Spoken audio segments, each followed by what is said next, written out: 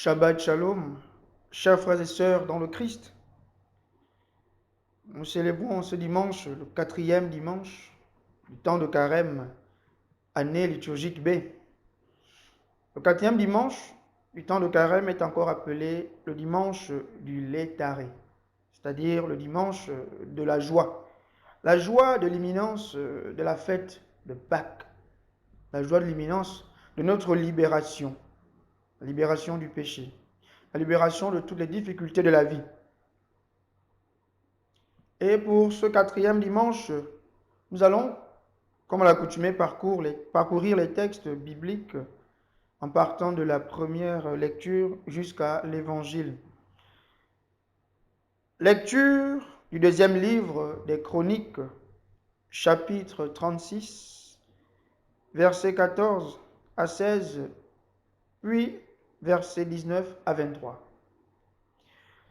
En ces jours-là, tous les chefs des prêtres du peuple multipliaient les infidélités en imitant toutes les abominations des nations païennes, et ils profanaient la maison que le Seigneur avait consacrée à Jérusalem. Le Seigneur, le Dieu de leur père, sans attendre et sans se lasser, leur envoyait des messagers, car il avait pitié de son peuple et de sa demeure.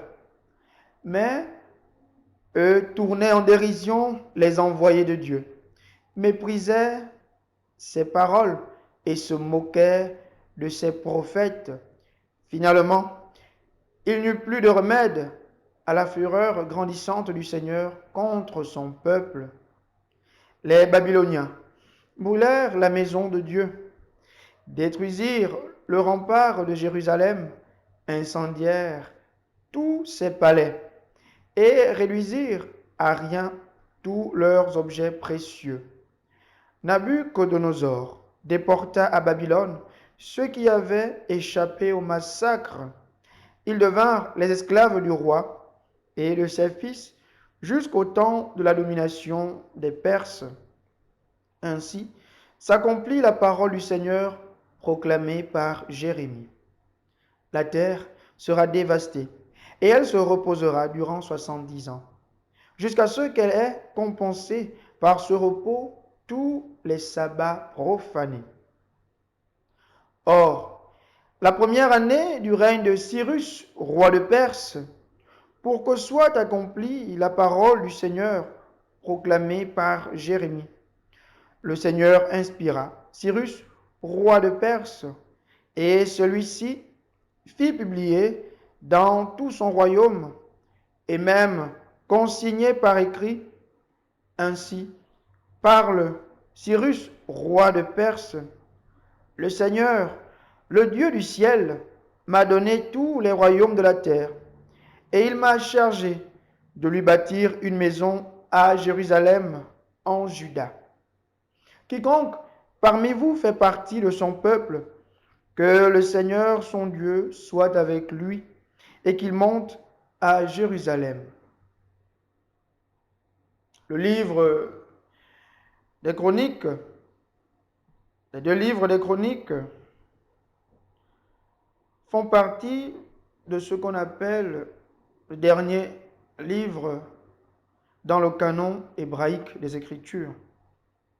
Dernier livre de l'Ancien Testament dans la version hébraïque des textes, et que l'hébreu appelle Divrei Hayamim, pour traduire ici les choses des jours, ce qu'on écrit quotidiennement.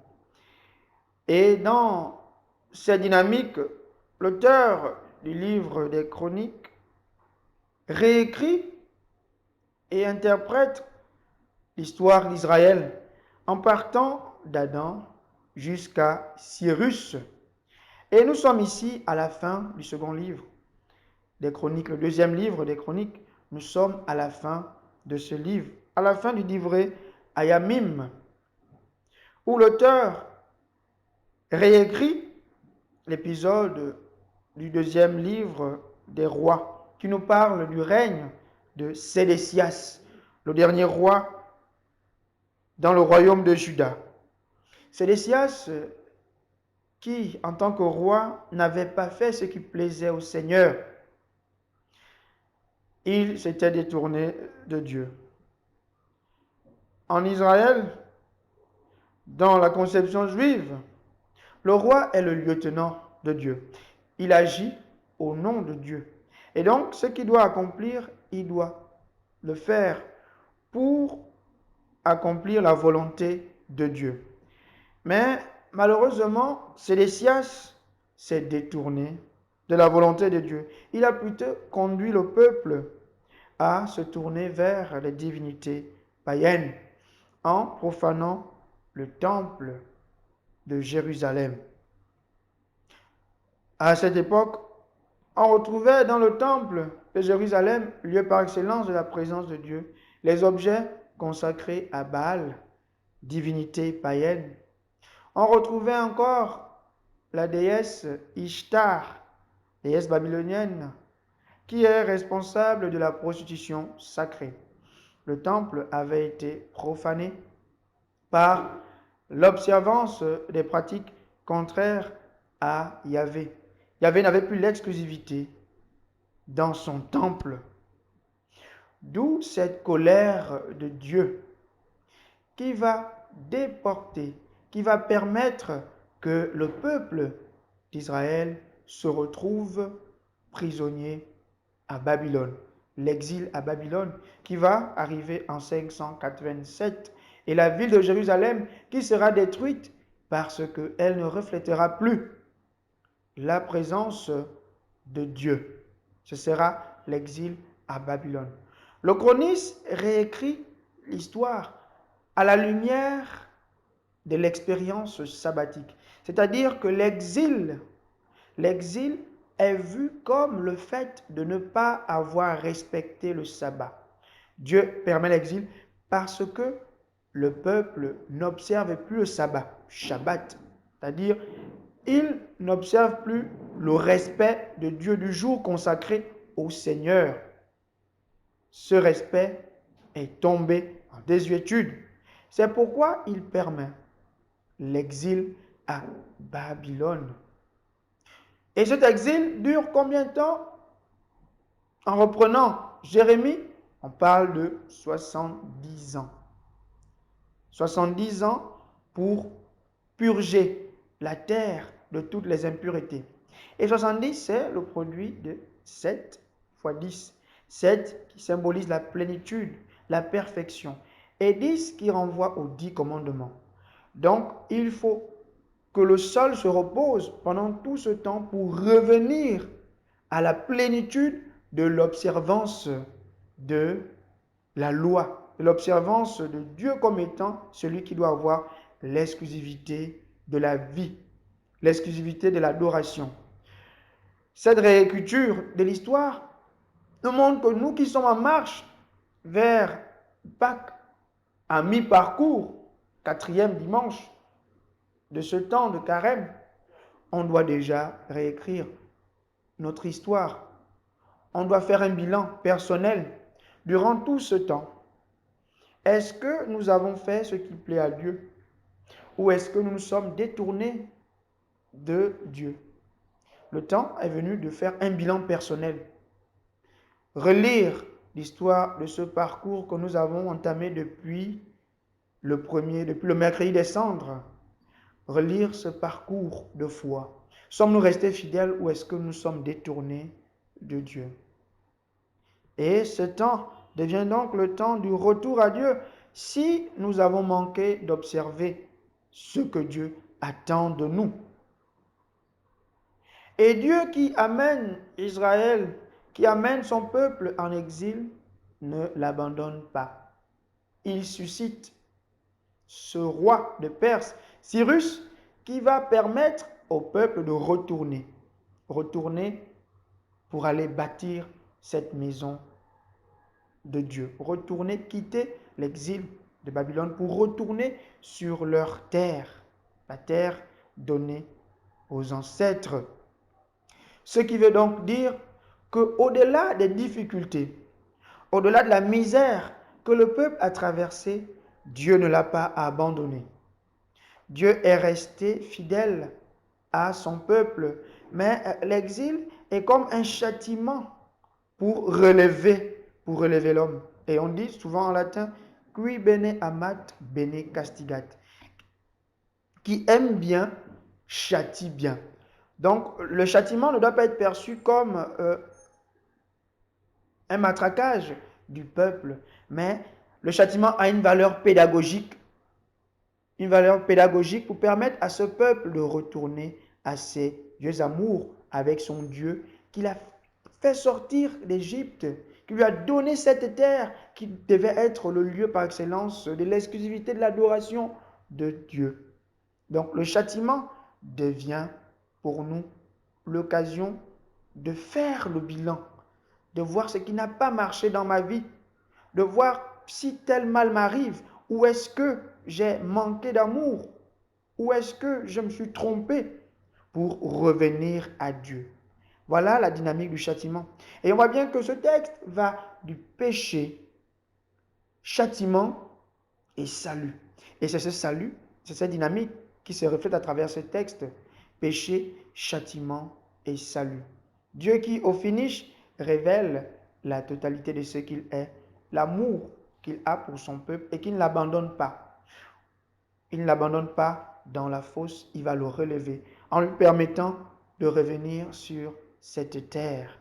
Ce temps de carême doit donc pour nous être l'occasion de faire un bilan de soi, de réécrire notre histoire en regardant ce qui n'a pas marché, de se dire que si le Seigneur permet parfois des difficultés dans ma vie, c'est parce qu'il veut faire de moi quelqu'un de meilleur demain.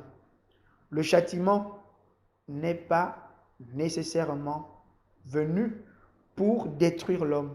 Le châtiment peut avoir une valeur éducative, une valeur pédagogique, en nous permettant de nous rendre compte que nous sommes fragiles sans Dieu et que nous devons retourner à Dieu pour être forts, parce que c'est en lui que nous retrouvons la force totale.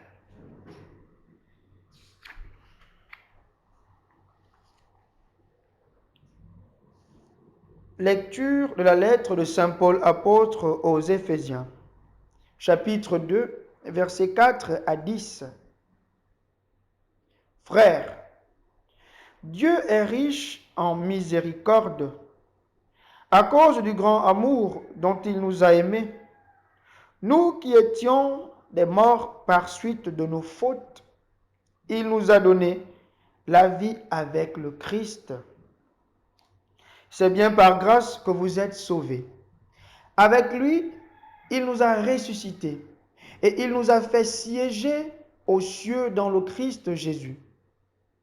Il a voulu ainsi montrer au long des âges futurs la richesse surabondante de sa grâce par sa bonté pour nous dans le Christ Jésus. C'est bien par la grâce que vous êtes sauvés et par le moyen de la foi. Cela ne vient pas de vous, c'est le don de Dieu.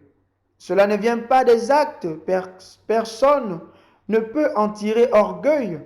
C'est Dieu qui nous a fait. Il nous a créés dans le Christ Jésus en vue de la réalisation d'œuvres bonnes qu'il a préparées d'avance pour que nous les pratiquions.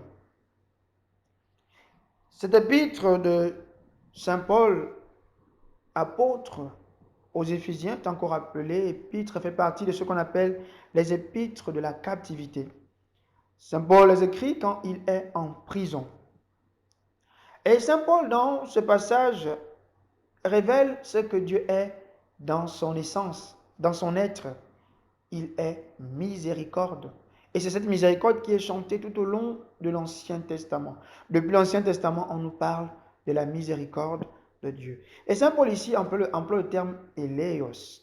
On se souvient dans notre processus de prière à la messe, on a le Kyrie eleison. Nous avons cette demande du pardon. Seigneur, prends pitié. Saint Paul emploie le terme éléos pour révéler ce que Dieu a accompli pour nous. Dieu nous a montré sa miséricorde en qui? En Jésus-Christ. parce qu'il a donné son Fils pour que nous puissions avoir la vie. Et cela, nous ne l'obtenons pas par nos mérites personnels. On retrouve là ce dont il parle dans la lettre aux Romains. Romains 1, 17. Le juste vivra par sa fidélité. C'est-à-dire le salut qui nous est obtenu par la foi. Le salut qui nous est obtenu non par nos œuvres, mais par notre foi. Et donc, Saint Paul nous rappelle que ce que nous sommes, ce que nous avons, est le fruit de Dieu. C'est un don de Dieu. Aucune personne n'a à s'enorgueillir pour se dire que ce que je suis et ce que j'ai, je le suis par mes propres forces. Non. Qui tu es. Même ta vie, tu ne t'es pas donné la vie toi-même. Elle vient de la source de la vie qu'est Dieu. Et donc, c'est pourquoi, puisque tout nous vient de Dieu, l'attitude à avoir, c'est de rendre grâce à Dieu. Or, très souvent, on peut le constater, lorsque nous avons une promotion sociale ou lorsque on est sur un piédestal dans la société, on a une certaine valeur qu'on nous reconnaît, on bénéficie de certains honneurs, facilement, on tombe dans l'orgueil. L'orgueil en se disant que ce que nous sommes, nous le sommes par nos propres forces. Mais Saint Paul nous rappelle, qu'as-tu que tu n'aies reçu? Et si tu as tout reçu, mais pourquoi tu t'enorgueillis? Donc il faut se rendre compte que dans la vie, ce que nous avons, nous le devons à Dieu. Et c'est pourquoi l'attitude doit être une attitude d'action de grâce. Parce que le salut n'est pas le fruit de nos propres forces. C'est le fruit du don de Dieu. C'est Dieu qui vient nous donner. C'est Dieu qui vient se révéler à nous pour nous embrasser et nous donner le salut. Il ne faut pas penser que c'est par nos petites œuvres. Parce que quelles que soient les œuvres que nous pouvons accomplir, tout cela n'est rien devant le salut. Tout cela n'est rien, car tout homme, quel que soit ce qu'il est, il a au moins quelque chose à se reprocher devant la magnificence qu'est Dieu. C'est pourquoi, malgré les bonnes actions, malgré les œuvres que nous accomplissons, qui peuvent nous faire tomber dans l'orgueil, parce qu'on peut se dire, je jeûne, je partage, je fais du bien, et on peut facilement tomber dans l'attitude de celui qui pense qu'il doit réclamer le salut à Dieu. Que parce que je fais cela, je dois nécessairement être sauvé. Au-delà des bonnes œuvres que nous accomplissons, notre attitude devant le Seigneur doit être toujours celle du publicain, de se frapper la poitrine en se disant, Seigneur, prends pitié de moi qui ne suis qu'un pauvre pécheur, parce que l'homme ne peut pas se justifier devant la grandeur qu'est Dieu. Il faut en prendre conscience en se rappelant que devant Dieu, nous sommes toujours tout petits. Et c'est pourquoi le salut qu'il nous offre est le fruit de sa gratuité. C'est le don de Dieu. Il n'y a pas à s'enorgueillir. Évangile de Jésus-Christ selon Saint Jean. En ce temps-là, Jésus disait à Nicodème, de même que le serpent de bronze fut élevé par Moïse dans le désert, ainsi faut-il que le Fils de l'homme soit élevé, afin qu'en lui tout homme qui croit ait la vie éternelle. Car Dieu a tellement aimé le monde qu'il a donné son Fils unique, afin que quiconque croit en lui ne se perde pas, mais obtienne la vie éternelle. Car Dieu a envoyé son Fils dans le monde, non pas pour juger le monde, mais pour que par lui le monde soit sauvé. Celui qui croit en lui échappe au jugement. Celui qui ne croit pas est déjà jugé, du fait qu'il n'a pas cru au nom du Fils unique de Dieu. Et le jugement, le voici. La lumière est venue dans le monde, et les hommes ont préféré les ténèbres à la lumière, parce que leurs œuvres étaient mauvaises. Celui qui fait le mal déteste la lumière. Il ne vient pas à la lumière, de peur que ses œuvres ne soient dénoncées. Mais celui qui fait la vérité vient à la lumière, pour qu'il soit manifeste que ses œuvres ont été accomplies en union avec Dieu.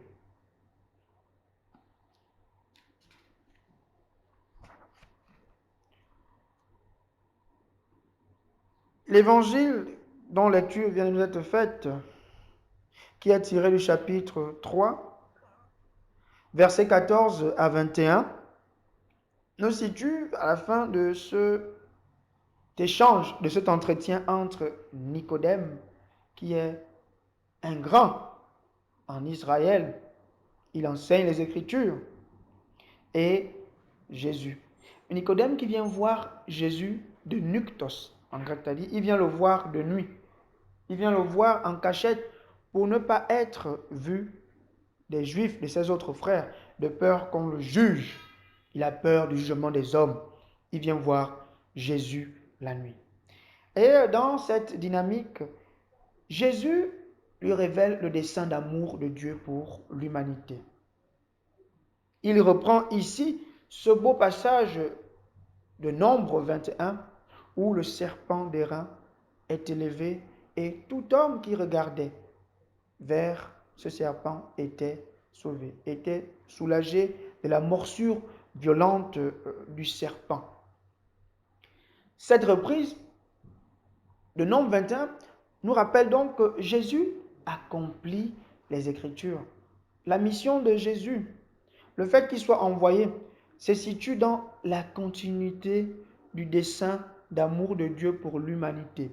Donc Jésus s'inscrit et il accomplit les attentes d'Israël. Il accomplit ses attentes. Et ce qu'il apporte est donc vrai, parce qu'il se situe dans la continuité des œuvres de Dieu. Nombre 21 qui est repris. De même que le serpent de bronze fut élevé par Moïse dans le désert, ainsi faut-il que le Fils de l'homme soit élevé, afin qu'en lui tout homme qui croit ait la vie éternelle. Le serpent, qui est symbolique, souvent symbolisé par le mal, parce que sa morsure avec du venin tue l'homme. Mais le serpent, dans la conception grecque, est aussi cet animal à travers le venin. On peut en faire un antidote et qui peut soulager la souffrance, la misère humaine. Cet animal jugé mauvais, qui peut aussi être la cause du salut de l'homme. On voit déjà là que Jésus dessine ici la croix. La croix, cet instrument de torture pour les bandits, cet instrument sur lequel on sacrifiait, on tuait tous ceux qui étaient jugés comme étant des parias de la société, ou encore cet instrument sur lequel étaient cloués les hommes que les Romains jugeaient comme étant de mauvaises personnes. C'est sur cet instrument de mort que Jésus va être cloué pour donner la vie. On voit ce rapport typologique qu'il y a entre le serpent d'airain, et le bois de la croix sur lequel Jésus va nous donner le salut. Dans la croix, instrument de mort, passe alors de la mort à la vie. La croix, instrument de mort, devient instrument de vie. Tout comme le serpent dans l'Ancien Testament avec Nombre 21, qui était au départ un animal de mort, devient celui qui, par préfiguration, apporte le soulagement de la souffrance, le soulagement de la misère. Et cette totalité du dessein d'amour de Dieu, Jésus le poursuit en rappelant que Dieu a tellement aimé le monde qu'il a donné son Fils unique. Et le terme grec qui est employé ici est très parlant. Égapésen. Pour parler de l'amour, égapésen, qui a donné agapé, l'amour agapé. Et l'amour agapé ici est l'amour de Dieu, c'est-à-dire c'est l'amour suprême. Parce que le grec fait une différence entre l'amour éros, qui est l'amour purement charnel, le fait de voir une femme et de la désirer, l'amour philia, qui est l'amour amical que je ressens pour quelqu'un, comme un intime, comme un ami.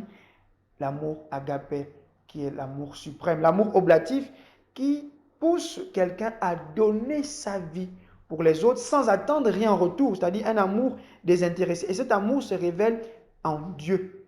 Donc l'amour agapé est d'origine divine. Et cet amour total, Dieu l'a révélé en Jésus-Christ. Parce qu'il fait don de son Fils unique pour le salut des hommes. Pour le juif, la mort d'un fils unique est un drame, c'est une malédiction. Parce que c'est dire que tout est perdu. Parce que dans l'enfant, on s'immortalise en quelque sorte. C'est la vie qui se poursuit. C'est la vie qui se poursuit dans l'enfant.